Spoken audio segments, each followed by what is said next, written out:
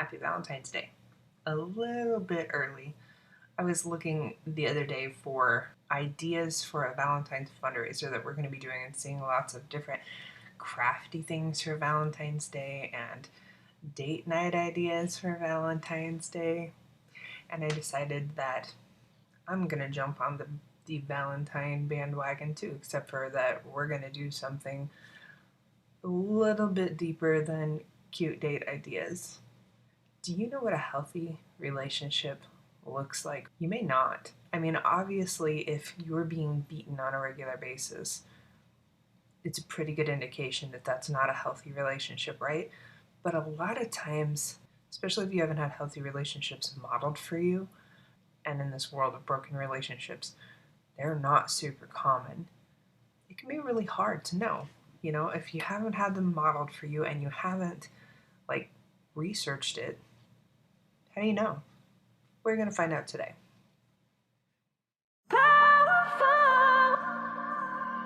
Few things are as powerful. If you're new here, welcome. My name is April Hardy. On this channel, we talk about domestic violence, including how to break free from it and how to thrive after it.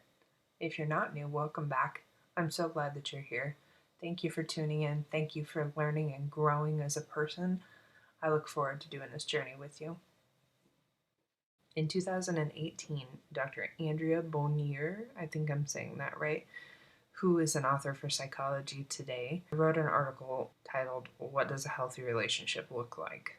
So she, in that article, gave 13 things to look for that indicate a relationship is healthy. We're going to go through those 13 things and kind of talk them out a little bit. And so when we're talking about this in general terms, the definitions are going to be helpful. I'm going to both say and show you the definitions for each of the different words that I feel like maybe need to be defined. Communication is not one that I put in there. I feel like that's pretty easy to understand what communication is. That doesn't mean good communication or bad communication skills. Like those we could learn about more and get more into, but just the definition of communication, I believe in you. I believe that you understand that. So trust is defined as a firm belief in the reliability, truth, ability, or strength of someone or something. In terms of somebody who's experienced abuse, trust can be very difficult to get to. And it is a pillar for a good, healthy, close relationships, close friendships, mentorships, romantic relationships. All of those things require trust. And so if you are somebody who just recently got out of an abusive relationship, or you have not yet experienced any kind of a healthy relationship, not just romantic relationship, but period. If you're new to the healing journey, then I would encourage you to take 2 different steps before we get to the steps. Time is going to be the most important thing here, the key here for trust. So the first step I would encourage for you is to begin to pay attention to your intuition and your feelings. That's important because you need to learn to trust yourself first. Now, the reason that there's 2 parts to this is because your feelings are not always going to be right, especially if you have been abused, because you're going to be very untrusting even of people who are worthy of trust. But that's something to look at later. First, I want you to pay really close attention to your feelings and to your intuition. Even if they're super untrusting of everybody, that will get better. It's okay for you to go through a period of time where you just don't trust people and you're very heavily guarded, and then you're learning. That's okay. There's nothing that I'm aware of that's wrong with that, as long as you don't stay there forever. But when you're first starting out, that's all right. Begin to get to know yourself. Pay attention to your intuition. Do I trust that person? Do they seem trustworthy? Did that feel right? I don't know. What they said just made me feel a little, whatever. Pay attention to yourself. And in time, then include other people in that. And then when you include other people in that, maybe one at a time or a couple at a time, pay attention to what they do and not just what they say. Because it's really easy to say things, it's a whole lot harder to do them. And then you can pay attention to how you feel about what they do. For example, it is one thing to say, I'm going to be there for you. It's something else to show up when you actually need me. Then you know I'm there for you. And it's not just a, meh, maybe I will be, maybe I won't be, but I said it. And then even more so, then you pay attention to, how does that make me feel? Do I feel like they're there for me because they want to be there for me because they care? Or do I feel like they're there because they're trying to get points so that they can then come back later and say, you owe me? Because if you start paying attention to your intuition and the way you feel and learning how to trust yourself and your judgment, you're going to know the difference a lot of the time. You know, not every time. There are going to be times when people are going to pull one over on you, but you can begin to see who's trustworthy and who is not. Right out of the gate, when you've been abused, nobody seems trustworthy, and that's okay. But we want to get you to a point where later on you're surrounding yourself with people that legitimately are worthy of your trust and they have your best interest at heart. So for romantic relationships, can you trust your significant other? Do you trust them to have your physical safety in mind? Do you trust them to have your emotional safety in mind? Do you trust them to be supportive of you as you learn and grow as a person?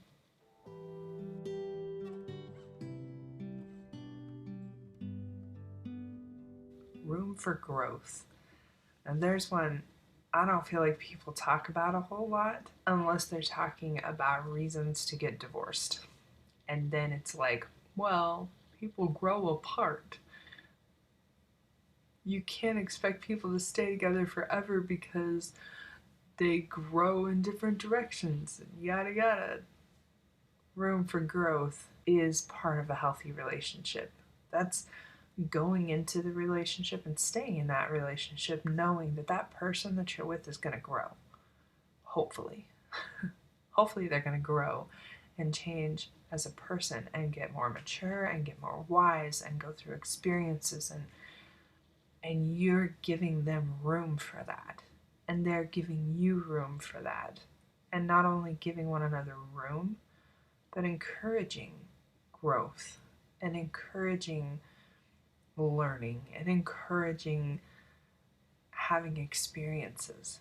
I am not going to go jump out of a plane unless it happens to be on fire or otherwise going down.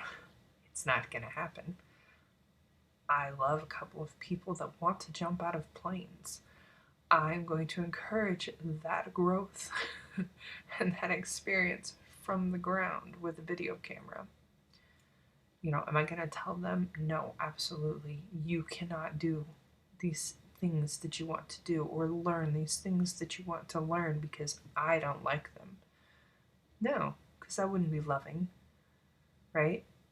And they better not do it to me because I love to learn and I love to grow and I love to have relationships with people, get to know people and learn and grow in those ways. I love that the internet, for example, is an international community and I can talk to people in Germany and China and Australia and all these other places. It's so cool.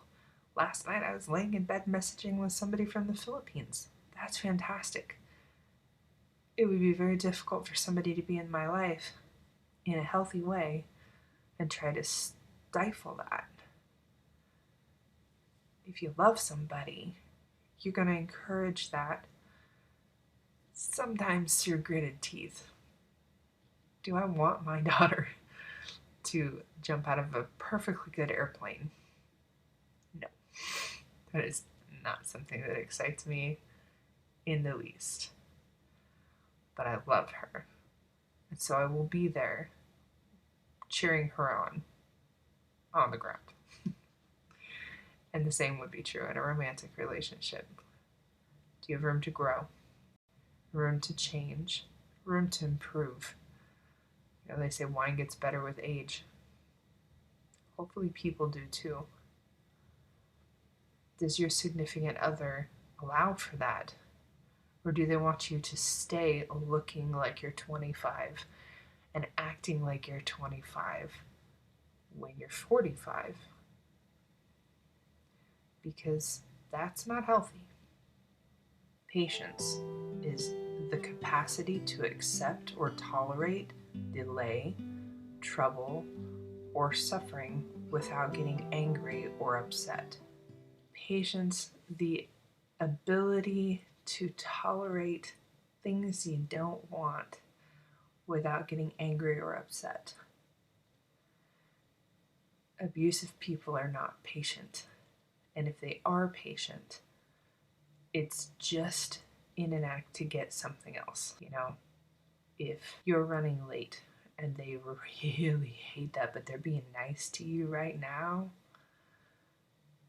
but you know that you're in for it later, they don't have patience. That's not an element that is there in your relationship. So, patience, the ability to understand that life is unpredictable and it has ups and downs, and you're never going to have everything that you want at any given time. Like, it's not going to happen.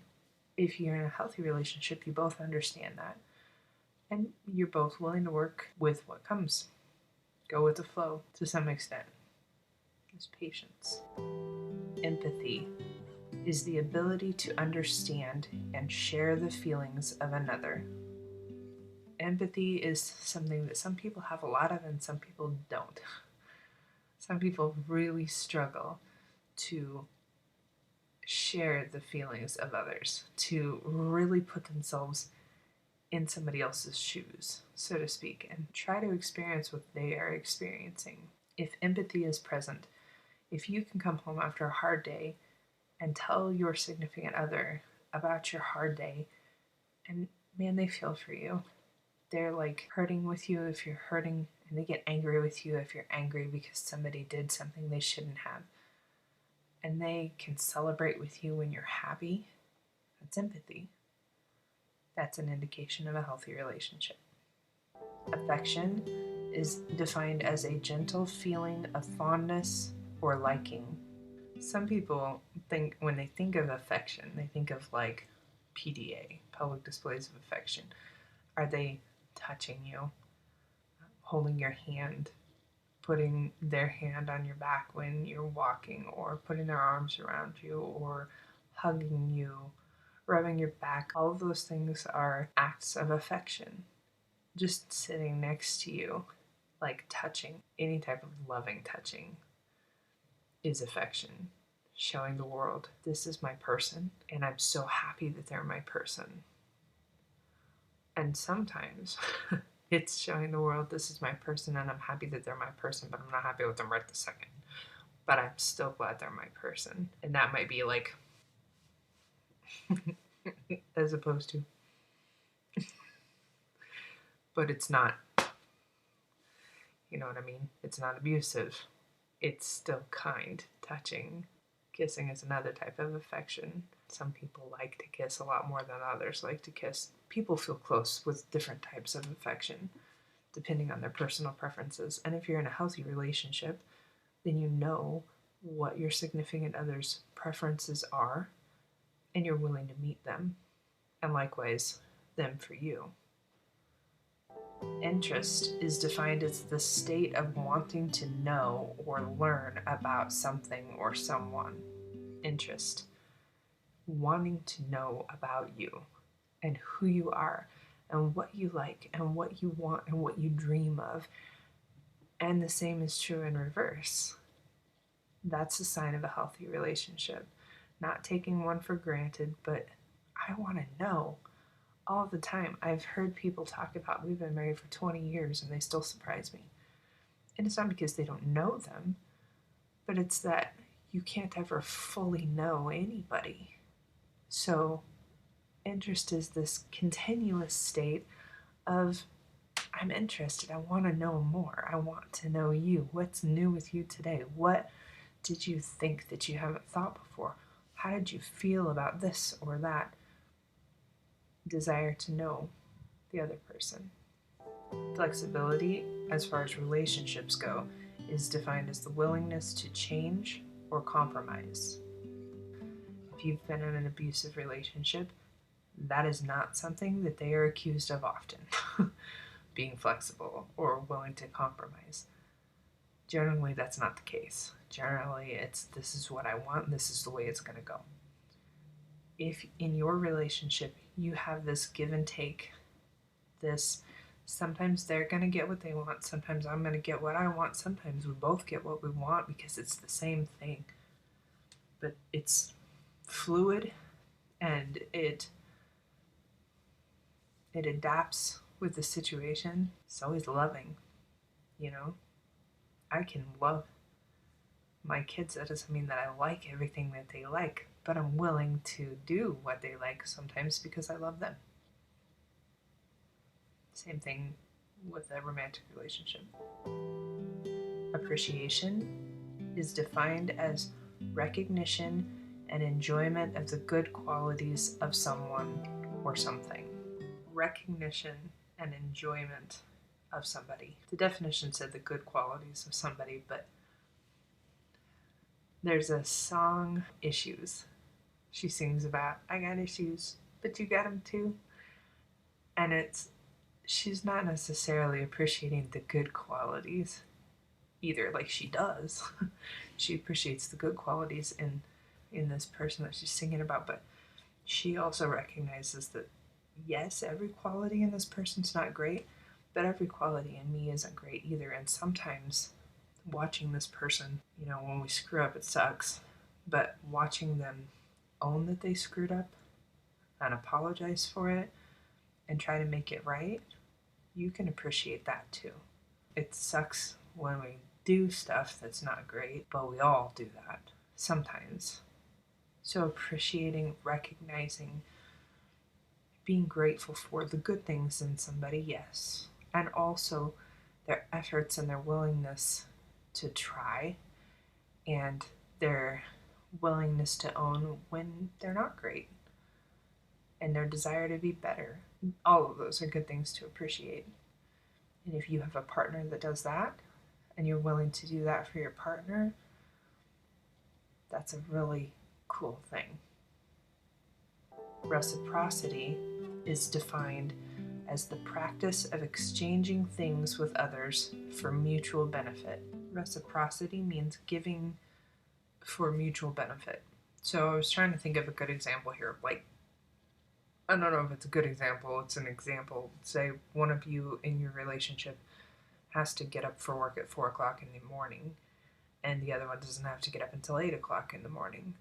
So the person that gets up at 4 o'clock in the morning maybe doesn't turn on the light anywhere where it's going to be around the other person so that they don't disturb that person that gets to sleep in later and probably stays up later in an act of reciprocity to the other person. The person that stays up later maybe gets coffee ready so that all the person that gets up at 4 has to do is flip on the switch, and they've got coffee in the morning. They're taking care of each other. They're doing things that benefit one another. They're not making decisions based on what's only best for me. Obviously, it's best for me if I can turn the light on when I'm getting ready in the morning and not have to go to another room to get ready. But that's not what's going to benefit my partner. And if we're taking care of each other's needs, then there isn't a hole. What happens in relationships that are unbalanced is one person doesn't feel like their needs are being met, so then they look out for number one, they look out for themselves. And then the other person's needs aren't getting met, so then they start looking out for themselves, unless they're in an abusive relationship and both people are looking out for one person's needs. Either way, that's not a reciprocal relationship. There's no reciprocity there. So if that's a dynamic of your relationship, that's not a sign of a healthy relationship. Reciprocity is. Individuality is the quality or character of a particular person or thing that distinguishes them from others of the same kind. And the other part of that I thought was important is the definition: separate existence. Individuality is another big one for me, at least. It's a personal one.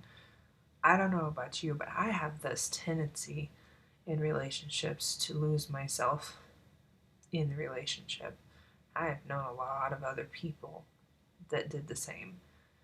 You want that other person to be happy so much that you're like, I'll just do what I know that they want, and then they'll be happy.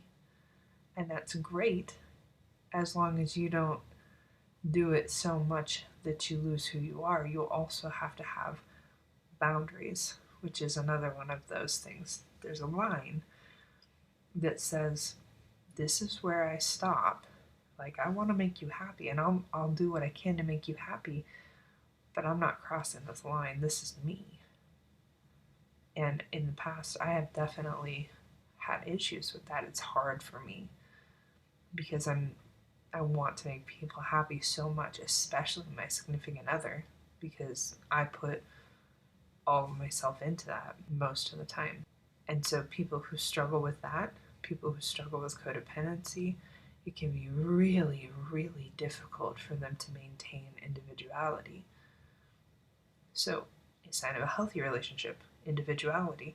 The second part of that definition that I put in was separate existence, meaning, do you guys have your own friends? Do you have things that you enjoy doing that they don't, and you still do them? And likewise, in reverse, they have, maybe he has a train hobby and you could care less, and you like reading and he does not. So you guys do those things separately. Maybe he's got train friends, you have a reading club, fantastic. But you both like movies, so you do that together. You still do your separate things, the things that make you you, the things that make you individual, and you have couples things that are part of the dynamic of you guys being a couple. That's a healthy relationship. If all that you are falls to the wayside when you get together with somebody and it's just all about them, or both of you lose them and it's just all about us and there's no individuals anymore, that can be a really dangerous dynamic. If you haven't, you can look at the videos that I've done on intimate partner homicide, and that is the one type that doesn't have to be abusive necessarily and is still deadly. It's people who let go of all that they are and you become all that they are. And then you have these murder suicides because when they think of losing you, they can't handle it because there's no them anymore. They are you. They are that relationship. And if that relationship goes, they aren't themselves anymore. They've let all of that go. There was no individuality there. So that's a big red flag if that's not something that is a part of your relationship at all. And a healthy relationship will encourage that. You guys are going to encourage that in one another. Yes, it's okay for you to have friends that I am not a part of that friend group. It's okay for you to have a poker night. It's okay for me to go have a girls' night, And those things shouldn't be threatening because you trust each other. There isn't any reason for the other person to not trust you, and vice versa. Boundaries are defined as the lines that mark the limits of an area, a dividing line. Boundaries.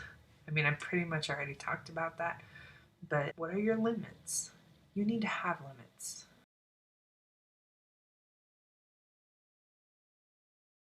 And they need to have limits. Personally, there are people who will tell you exactly what they think. They'll tell you exactly what they think of you, will tell you exactly what they think of everything. And there are some people that those particular kind of people just rub the wrong way. I am not one of them. I appreciate those kind of people so much because if they don't like me, I know it. And if they like me, I know it. They have very clear boundaries, and I know where to step and where not to step. On the other hand, I'm a people pleaser. And up until a few years back, I thought the people pleasers were great because we only want everybody around us to be happy. Like, who wouldn't want that? That's great. Until I started looking at it from the other person's point of view. And sure, it's great in a moment if you are making the other person happy.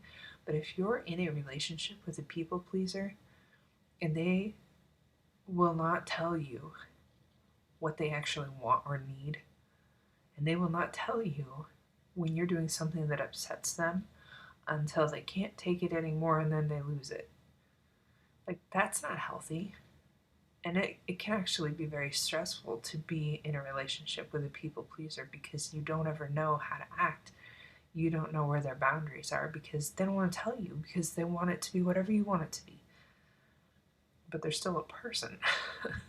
Even if they don't want to be a person because they just want to be whatever you want, they can't get away from that. The boundaries are good and healthy and important. Does your relationship have boundaries in it?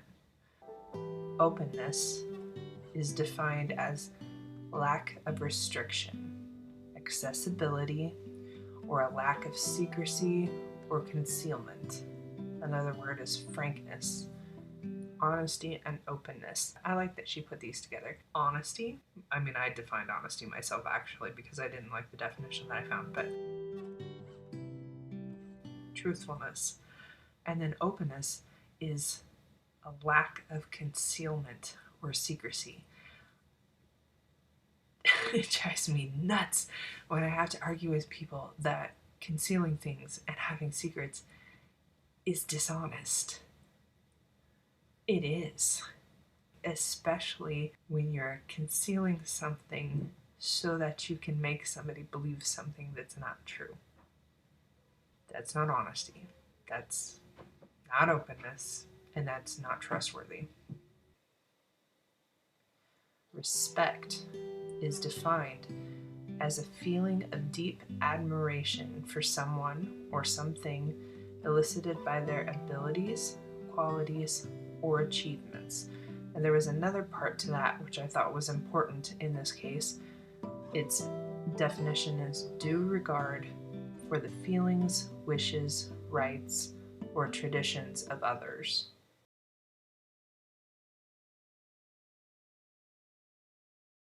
You're going to need to be able to communicate with everybody. Good communication skills are important, whether it's with a significant other, with your family, with your friends, with a counselor, with employers, with coworkers, support groups, churches. So much communication. So maybe we'll do a video on that, but communication is important in a healthy romantic relationship. Do you have the ability to speak your mind? Do they have the ability to speak their mind? If you guys can openly communicate in your relationship, that's a good sign. And the other one is healthy conflict resolution. I'm smiling because that's not the first time that I tried to say that. For some reason, that was difficult for me today. Healthy conflict resolution is something that I'm not going to talk about a ton here. I think that that's another one of those things that we could do a video on in the future. It's a good skill set for everybody to have, especially if you have been a victim of abuse, though. It's going to be very important for you because conflict's going to happen. When I first became a single mom after that abusive relationship, I would have avoided conflict like the plague. And that didn't mean the conflict didn't happen in my life. It just meant that I didn't show up to meet it much, which meant that then I was a victim to everything else because I wasn't able to handle conflict in a healthy way. I don't want to get too far away from domestic violence, but I know that in order to get out of domestic violence and to be able to thrive after abuse, there are life skills that you need to learn. So people don't seem as excited to watch the life skills videos as to watch the problem videos. And so I'm going to do a little bit of both, but I want you to have the skills you need to not only be able to survive, but to thrive. Thank you for sticking with me today. If this was helpful, let me know. I hope that if you're not in a healthy relationship right now, that you will learn and grow into the type of person that the type of person you deserve and you want is going to want. And then you can meet up and have an amazing relationship one day. It's possible. I have known people with amazing relationships. Perfect all the time? Nah. Definitely they have their ups and downs, but coming from a domestic violence survivor perspective, it's possible. It really is. Until I see you again, happy Valentine's Day and stay safe. Thanks for watching. I'll do my part to keep you safe by continuing to put out weekly videos about all things related to intimate partner violence. If you haven't already, please do your part by subscribing to this channel and hitting the notification button so that you don't miss a single video. Bonus points if you share videos with people that you believe will benefit from the information. Until I see you again, stay safe.